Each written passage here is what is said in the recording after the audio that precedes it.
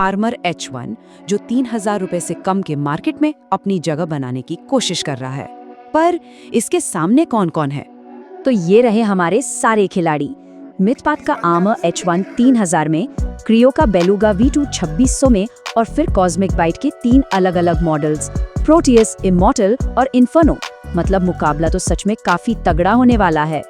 तो चलिए पहले राउंड से शुरू करते हैं, लुक्स और बिल्ड क्वालिटी। और यहीं पर आर्मर H1 सबसे ज्यादा चमकता है, मतलब बाजी मार लेता है। डिजाइन में तो भाई दिन रात का अंतर है। एक तरफ है आर्मर H1 का एकदम यूनिक इन्फिनिटी मिरर डिजाइन और दूसरी तरफ कॉस्मिक बाइट और क्रियो का वही टिपिकल RGB गेमिंग वाला लुक। आर्मर H1 अपने व्हाइट और ऑरेंज कलर के साथ एकदम प्रीमियम फील देता है, जबकि बाकी हेडफोन्स उसके सामने बहुत ही बेसिक लगते हैं। और बात सिर्फ दिखने की नहीं है, इसकी बिल्ड क्वालिटी भी कमाल की है। इसमें ड्यूरेबिलिटी के लिए ब्रेडेड वायर है, एक सॉलिड कंट्रोलर है, ईयर कप्स पर मेटल के पार्ट्स हैं और तो और एक हाई क्वालिटी एक्सेंट वायर भी है। मतलब इसको हाथ में पकड़ने पर, मोड़ने पर भी एक सॉलिड फील आती है। रिव्यूअर ने तो साफ साफ कह दिया, डिजाइन 10 में से 10 है। तो डिजाइन के मामले में आर्मर H1 बिना किसी शक के क्लियर विनर है। अब आते हैं दूसरे राउंड पर, द साउंड टेस्ट। और यहीं से कहानी थोड़ी पलट जाती है, जहां आर्मर H1 को असली चुनौतियों का सामना करना पड़ता है। जरा इस चार्ट को देखिए। आर्मर H1 की आवाज काफी कम है और बास बिल्कुल फ्लैट है।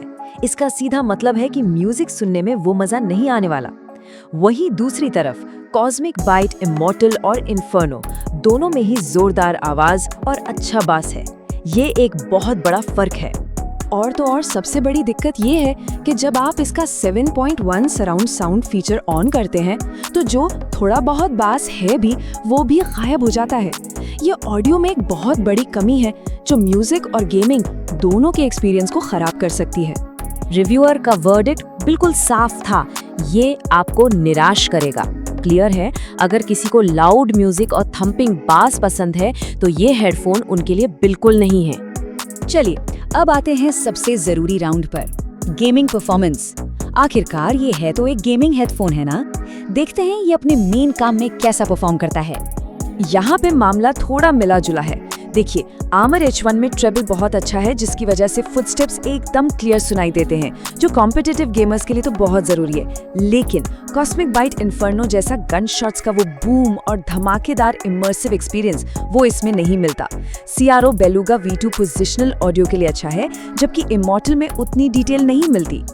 तो अगर हम देखें, आर्मर H1 का ऑडियो साफ तो है पर उसमें इमर्शन की कमी है। ये USB से कनेक्ट होता है और पहनने में बहुत आरामदायक है। वहीं इन्फर्नो ज्यादा इमर्सिव और वायरलेस है, लेकिन शायद सबके लिए उतना आरामदायक ना हो। तो हर हेडफोन की अपनी एक अलग खासियत है। तो इन तीनों राउंड्स के बाद रिव्यूअर का फाइनल फैसला क्या है? चलिए सब कुछ मिलाकर एक क्लियर नतीजे पर पहुंचते हैं। तो देखिए, फैसला एकदम साफ है। अगर प्रायोरिटी लुक्स और प्रीमियम बिल्ड है तो आर्मर H1 चुनें। अगर बजट में वायर्ड गेमिंग करनी है तो कॉस्मिक बाइट प्रोटियस बेस्ट है। बेस्ट वायरलेस एक्सपीरियंस और फीचर्स के लिए इन्फर्नो, और अगर एक बैलेंस्ड वायरलेस ऑप्शन चाहिए तो इमॉर्टल। रिव्यूअर ने क्रिएटर को एक सीधी और बहुत अच्छी सलाह भी दी है। आर्मर H1 के अगले वर्जन मतलब V2 में ऑडियो ड्राइवर्स को बेहतर किया जाए, जिससे थोड़ी लाउडनेस और बास बढ़ सके। सिर्फ ये एक बदलाव इसे एक जबरदस्त हेडफोन बना सकता है। एक बात और याद रखनी होगी कि ये इस क्रिएटर का पहला प्रोडक्ट है। ये सिर्फ एक शुरुआत है। इन कमियों से सीखकर भविष्य में सुधार की बहुत गुंजाइश है।